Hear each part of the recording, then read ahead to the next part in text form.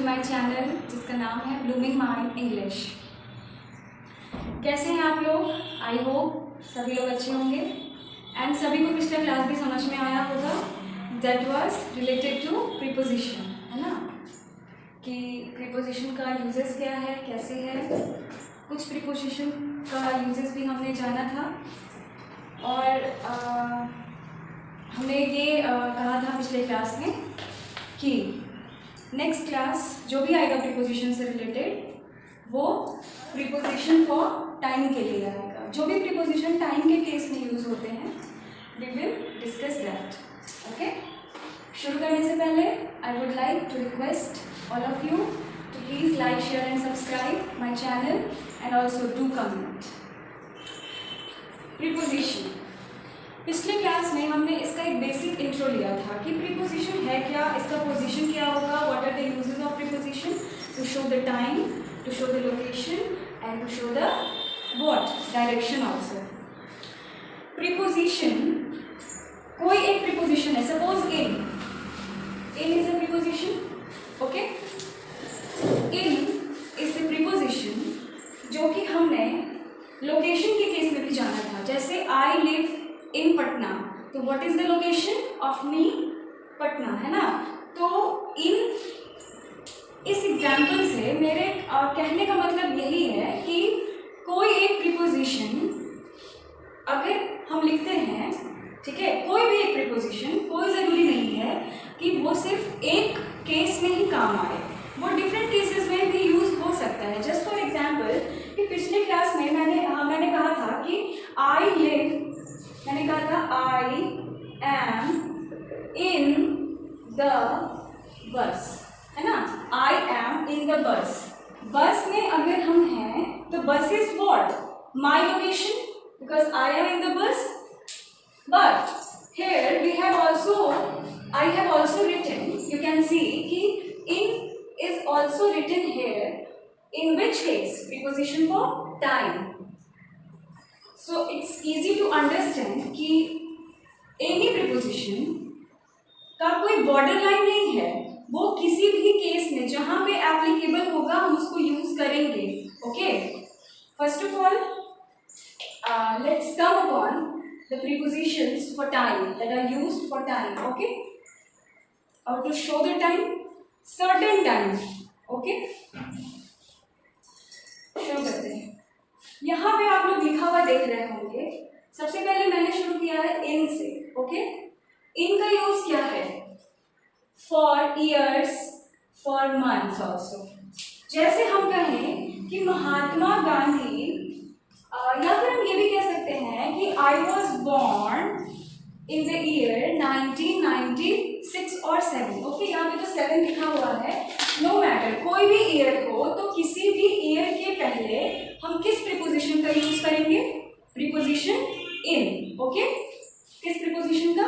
Preposition इन। या हम अगर कहें इन जनवरी, इन फरवरी, इन मार्च, इन अप्रैल, इन मई, इन जून, मतलब एनी मंथ, किसी भी मतलब मंथ का अगर हम नाम ले लें या फिर हम किसी ईयर का नाम लें तो उसके पहले what preposition we will use? The preposition in. Any problem? I think कि कोई प्रॉब्लम नहीं होना चाहिए इस चीज को समझने में कि इन का जो यूज है that we will use the preposition in for years, for months also. जब हम ऑन पे आते हैं या जब हम ऑन की बात करते हैं तो on is used for days और डेट्स। जैसे come and meet me on Monday, Monday is what? Day. Okay, तो मंडे के पहले what we have used? On. Okay, तो किसी भी इन सारे पॉइंट्स को my dear friends keep that in your mind, तो आपको प्रीपोजिशन से रिलेटेड क्वेश्चन सॉल्व करने में प्रॉब्लम्स नहीं होगी। जो भी हम कंफ्यूज होते हैं प्रीपोजिशंस को लेके, है ना, तो उसमें आपको प्रॉब्लम नहीं होगी। तो अगर हम कहते हैं कि on is used for days and dates, कैसे? जैसे हम अगर लिख रहे हैं कि come and meet me on Monday, तो Monday is what? A day. Okay, Monday के पहले which preposition we have used? On preposition. अब अगर हम डेट्स के तरफ बढ़ते हैं तो वी कैन से कि Mahatma Gandhi was born on 2nd October 1997. Date, तो डेट के पहले we will use always on. Okay, तो यहाँ पे हमने दो प्रीपोजिशंस के बारे में जाना, in the case of time which is in and on. Okay, अब जब हम आते हैं थर्ड वन प्रीपोजिशन जो कि बहुत रेयरली यूज होता है, मतलब सॉरी रेयरली बहुत इजीली यूज होता है किसी भी टाइम के पहले, एट 5 o'clock, एट 7 o'clock, है ना। तो किसी भी आवर, मिनट, सेकेंड के को अगर इंडिकेट करना हो, to indicate the clockwise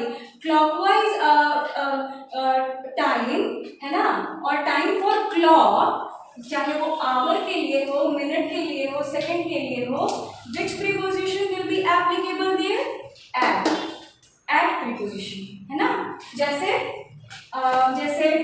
you have to read at 5 o'clock, है ना, तो एट 5 o'clock. ओके, अब आइए, अब अगर हम आते हैं द फोर्थ वन जो कि है क्या? अबाउट. अबाउट का देखिए एक चीज ध्यान रखिएगा, यहाँ पे कुछ पिछले क्लास में मैंने किसी प्रीपोजिशन का हिंदी मीनिंग नहीं लिखा था और इस क्लास में भी मैंने सभी का हिंदी मीनिंग नहीं लिखा है। तो कोई जरूरी नहीं है कि जो हिंदी मीनिंग एग्जैक्ट किसी वर्ड का हो वही प्रीपोजिशन के भी केस में हो। तो प्रीपोजिशन को कभी भी हिंदी मीनिंग से जज मत करिएगा, नहीं तो आप लोग बहुत ज्यादा कंफ्यूज हो जाएंगे कि कौन सा प्रीपोजिशन हमें कहाँ पे लगाना है। ठीक है, अगर हम अबाउट की बात करें तो अबाउट का मतलब होता है लगभग। ओके, लगभग। यहाँ पे टाइम के केस में अबाउट का सेंस यही होगा, ये हमेशा के लगभग के सेंस में आएगा। जैसे इट इज अबाउट 6 o'clock, मतलब सपोज किसी ने आपसे पूछा बताइए कितने बजे हैं, तो लगभग 6 बजे हैं। ठीक है, तो लगभग इज अबाउट, है ना, तो इट इज अबाउट 6 o'clock और it is about 4 o'clock, 3 o'clock, 10 o'clock, है कि नहीं। अब अगर हम आते हैं अराउंड, अराउंड का भी जो सेंस है वो अबाउट के जैसे ही है। अराउंड का हिंदी मीनिंग क्या होता है? चारों तरफ।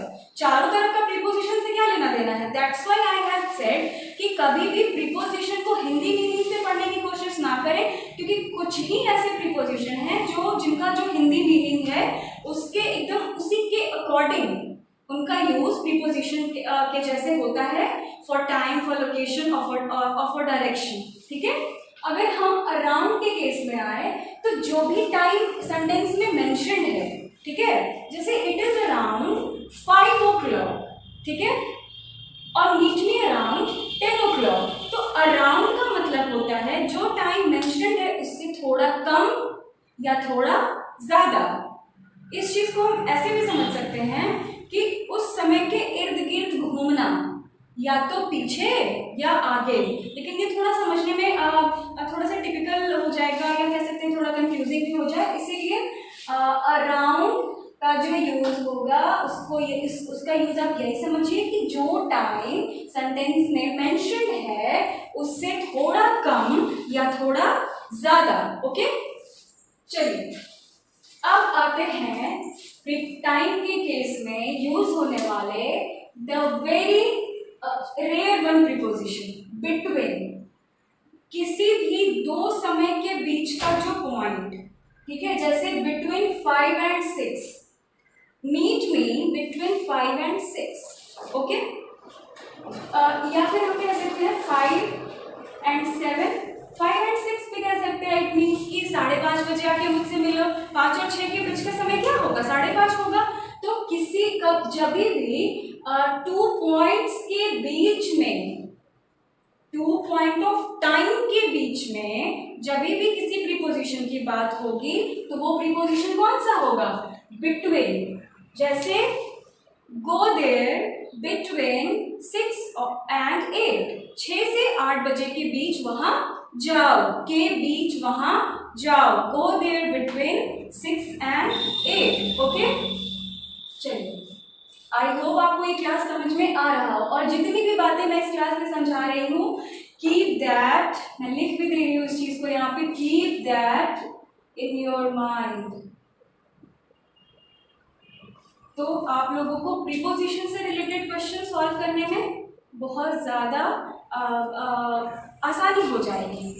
अब हम आते हैं the next one preposition in the case of for the case of time और for time that is until, तक, इतने बजे तक। Okay, the common meaning of until is तक, इतने बजे तक, या होली तक, दशहरे तक, दीपावली तक, कोई भी एक सर्टेन इंसिडेंट हो, सर्टेन डेट हो, सर्टेन टाइम हो, वहां पे until का यूज होगा। It will always indicate any certain time, any certain date और एनी सर्टेन इंसिडेंट। ओके, जैसे यहाँ पे मैंने एग्जाम्पल में एक लिखा है until होली। ओके, तो Ramesh will stay here until Holi, Ramesh यहाँ होली तक रहेगा। Very simple to understand.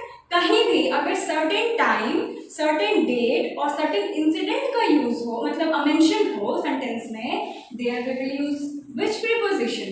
until preposition. Okay, चलिए अब यहाँ पे आ जाइए।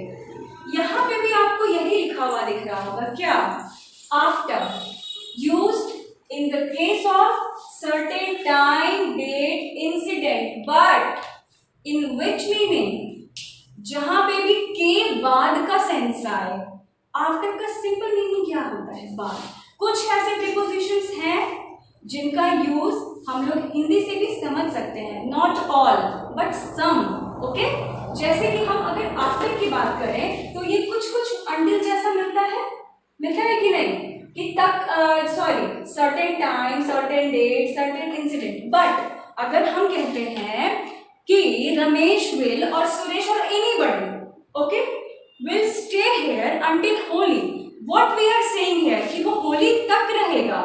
ओके, लेकिन अगर हम कहें कि after Holi, after Christmas, after Deepavali और आफ्टर 5 o'clock, आफ्टर मंडे, है ना, तो उसके बाद का समय, ठीक है, in that case we will use the preposition after. Okay, अब हम आते हैं आफ्टर के जैसे ही बिफोर का भी यूज है, जिसे मैंने लिखना जरूरी नहीं समझा, क्योंकि ना आफ्टर का मतलब के बाद के सेंस में, before Holi, before Christmas, before Deepavali, before Monday, before 5 o'clock, before 6 o'clock, before 10 o'clock, what does that mean? Nothing. उस समय के बाद, किसी भी निश्चित समय के पहले, आफ्टर किसी भी निश्चित समय, इंसिडेंट डेट के बाद का समय, until किसी भी certain time, date and incident तक का समय, not after that, not before that, तक, होली तक, वो होली के पहले चला जाएगा, के पहले चला जाएगा, होली के पहले ही, ठीक है, वो होली के बाद चला जाएगा, के बाद, है ना, वो होली तक, सर्टेन, सर्टेनिटी, निश्चित, यहाँ भी निश्चित है, होली के पहले, होली के बाद, बट होली तक, वहां जहां पे भी तक का सेंस है, until के बाद का सेंस है, आफ्टर, और अगर बिफोर के पहले का सेंस है तो before. Okay, during, to show the period of time. What does period of time means? अवधि। What? अवधि। जैसे during the childhood, that's a period of time, ठीक है, जैसे we were very बदमाश और naughty during our childhood, तो उस पीरियड, उस अवधि के दौरान हम लोग बहुत शैतान हुआ करते थे। तो जहाँ पे भी पीरियड ऑफ टाइम को शो करना हो, समय की अवधि को शो करना हो, वहाँ पे वी विल यूज ड्यूरिंग। बहुत रेयरली यूज होता है ये, बट क्वेश्चंस आते हैं एंड उसमें ही बच्चे फंसते हैं, क्योंकि कहीं पे वो लोग सिंस का यूज कर देते हैं, कहीं पे वो लोग फॉर का यूज कर देते हैं, लेकिन समझना जरूरी है कि सिंस का यूज कहाँ पे होगा, फॉर का यूज। अगले क्लास में हम लोग सिंस और फॉर के भी बारे में जानेंगे। अभी के लिए आप ड्यूरिंग को समझिए कि कहीं भी अगर पीरियड ऑफ टाइम, अगर हम कहें कि हम लोग बचपन से ही बहुत बदमाश हैं, तो we are naughty since our childhood, लेकिन उसमें क्या कहा कि उस सर्टेन पीरियड ऑफ टाइम के समय हम लोग थे, ठीक है, हुआ करते थे ड्यूरिंग द चाइल्डहुड। जैसे we use to eat a lot of chocolates during our childhood. Any confusion? I don't think you have. अब हम आते हैं एक और प्रीपोजिशन जिसको कि समझना बहुत ही ज़्यादा ज़रूरी है। अगर समझ लीजिए तो बहुत इजी है, अगर थोड़ा भी कंफ्यूजन हो जाएगा तो मे बी डिफिकल्ट हो जाए क्वेश्चन सॉल्व करना। Use in the sense of less than, कम समय, ठीक है। लेस देन मतलब क्या? जैसे अगर किसी स्कूल में किसी टीचर ने किसी बच्चे को कोई होमवर्क दिया, मतलब क्लासवर्क दिया सॉरी, एंड उसको बता दिया गया समय कि डू दैट वर्क और complete that work under 5 o'clock, okay, और under 2 hours। It means what? कि कंप्लीट दैट वर्क, और we can say complete that work under 2 hours, okay, and also we can say कि in less than 2 hours। अब यहाँ पे 2 hours आया है। Simply अगर हम इस चीज को समझे, ऑप्शंस में अगर होंगे, ऑप्शन में अगर होगा फॉर स्लैश अंडर, ठीक है, तो हम अगर हम इसके साथ फॉर का यूज करते हैं वो गलत नहीं होगा, बट द शर्त इज कि वहां पे जो सेंटेंस है वो क्या कहना चाह रहा है, ठीक है। जैसे अगर वहां पे उस सेंटेंस से हमें ये चीज फील हो जाए कि उस काम को इतने समय के पहले करने की आज्ञा दी जा रही है, ऑर्डर दिया जा रहा है, और रिक्वेस्ट ही क्यों ना किया जा रहा हो, तो वहां पे वी विल यूज अंडर। और अगर ऐसा कोई सेंस ना निकले then we will use for, okay, according to the tense. So under will be used where the sense will come out in which case? Less than के case में, है कि नहीं? तो जहां पे भी less than की बात हो, less than कम से कम इतने देर में, under 2 hours, तो और under 5 maybe anything, है कि नहीं? तो वहां पे what we will use under। ये कुछ बेसिक प्रीपोजिशंस थे जिन्हें मैंने आपके लिए समराइज करके यहाँ पे लिखा, एंड आई थॉट कि आपको समझाऊं इसको, एंड आई थिंक कि आपको समझ आ गया होगा। जो प्रीपोजिशंस, बेसिक प्रीपोजिशंस जो टाइम के केस में यूज होते हैं, that are in, on, at, about, around, between, until, after, during, under and one more before, जिसके यूजेस मैंने आपको समझा दिए हैं, है कि नहीं? कुछ कुछ या सब कुछ, ये ना बिल्कुल बिफोर जो है आफ्टर जैसा ही होगा, बट रेसिप्रोकल होगा, उल्टा, पहले बार, nothing more than that, okay. चलिए, आज का क्लास था प्रीपोजिशन फॉर टाइम के लिए। आई होप आपको ये क्लास अच्छे से समझ में आ गया हो। मेरी पूरी कोशिश रहती है कि मैं जो भी पढ़ाऊँ बच्चों को अच्छे से समझ में आ जाए एंड उन्हें एग्जामिनेशन में भी प्रॉब्लम ना हो, ठीक है।